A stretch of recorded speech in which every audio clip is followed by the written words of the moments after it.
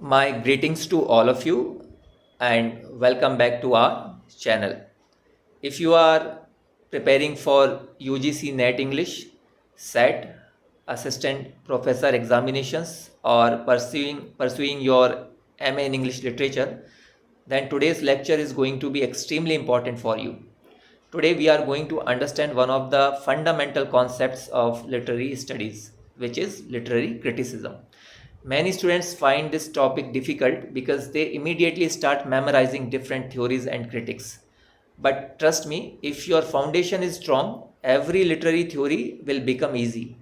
So in today's lecture, we are going to understand what is literary criticism, why do we need literary criticism, what are its objectives, what are its major functions. So let's begin. Whenever people hear the word criticism, they usually think it means finding faults. If someone says, "Do not criticize me," we immediately think they are asking us not to point out their mistakes. But in literature, criticism has a completely different meaning. Literary criticism does not mean finding faults. It means understanding, interpretation, analyzing, and evaluating a literary work in a systematic way. In simple words, literary criticism helps us understand literature more deeply. Imagine you have just read Robert Frost's famous poem, The Road Not Taken. A normal reader may simply say, "I enjoyed the poem, the language is beautiful," but a literary critic asks different questions. Why did Robert Frost use two roads? What do the roads symbolize?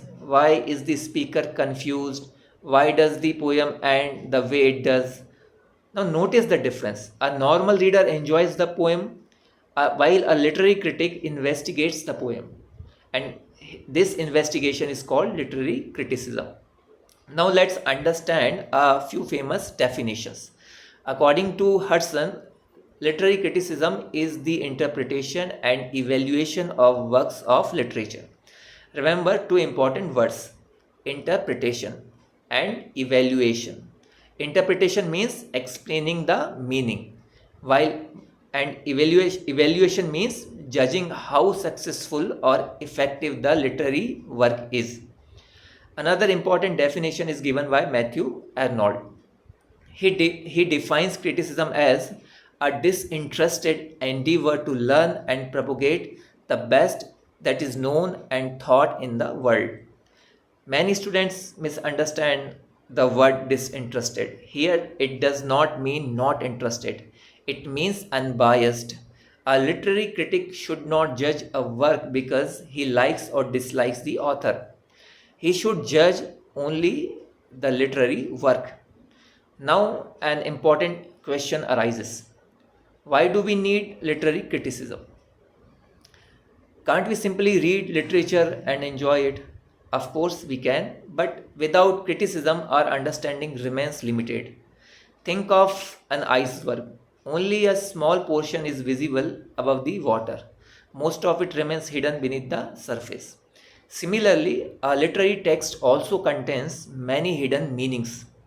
The ordinary reader sees only the surface, while a critic discovers the hidden meanings. So that is why literary criticism is necessary. Now let's understand the objectives of literary criticism.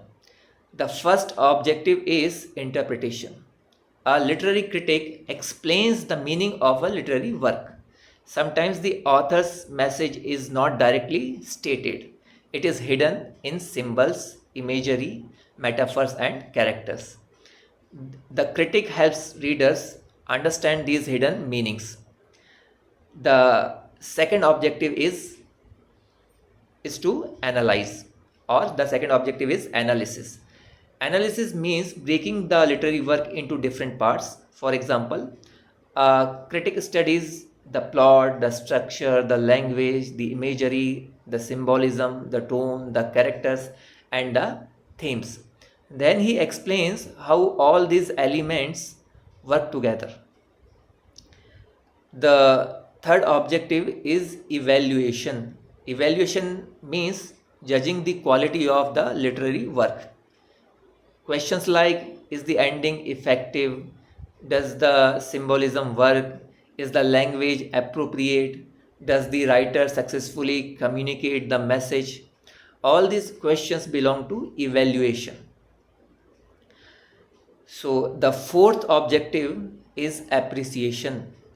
Appreciation means recognizing and enjoying the beauty of literature. The better we understand literature, the more we appreciate it. Understanding always leads to appreciation. Okay, so and the fifth objective is contextual understanding. Literature does not exist in isolation. It reflects history, society, culture, religion, politics, psychology, and human life.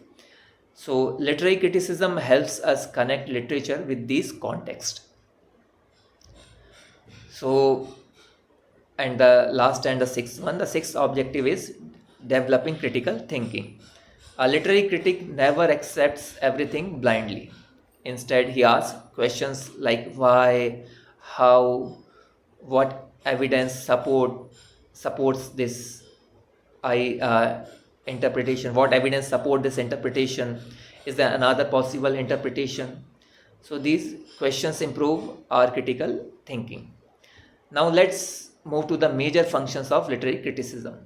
Many students confuse objectives and functions. Remember this simple trick: objectives tell us why criticism is done, functions tell us what criticism actually does. Although both are closely related, but they are not exactly the same. The first function is interpretation. A critic explains the meaning of a literary work. For example, when we read the Road Not Taken, a critic explains that the two roads represent two life's choices. The second function is analysis. A critic analyzes different literary elements like plot, structure, language, tone, symbols, and characterization. Instead of looking at the text as one whole, he studies each part separately and then explains how they work together. The third function is evaluation. A critic judges the effectiveness of the literary work. He explains whether the author has successfully achieved his purpose or not. Evaluation is based on evidence, not personal opinion. The fourth function is appreciation. Criticism increases our appreciation of literature. Once we understand the beauty of language, symbols, imagery, and the themes, our enjoyment also increases. So, the fifth function is providing context.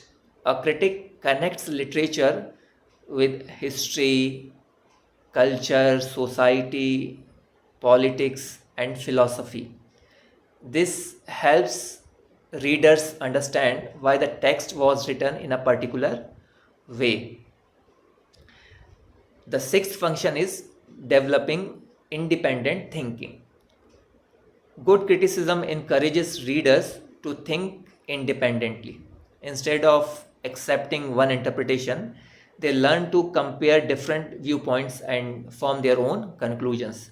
So this is why literary criticism is considered an intellectual activity. This is intellectual activity. If you do this, means you have the intellectual temperament.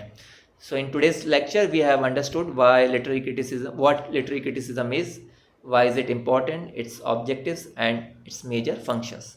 So these concepts form the foundation of literary studies. In the next part, we will move towards the major approaches of literary criticism and understand how different critics examine the same literary text from different perspectives. Thank you.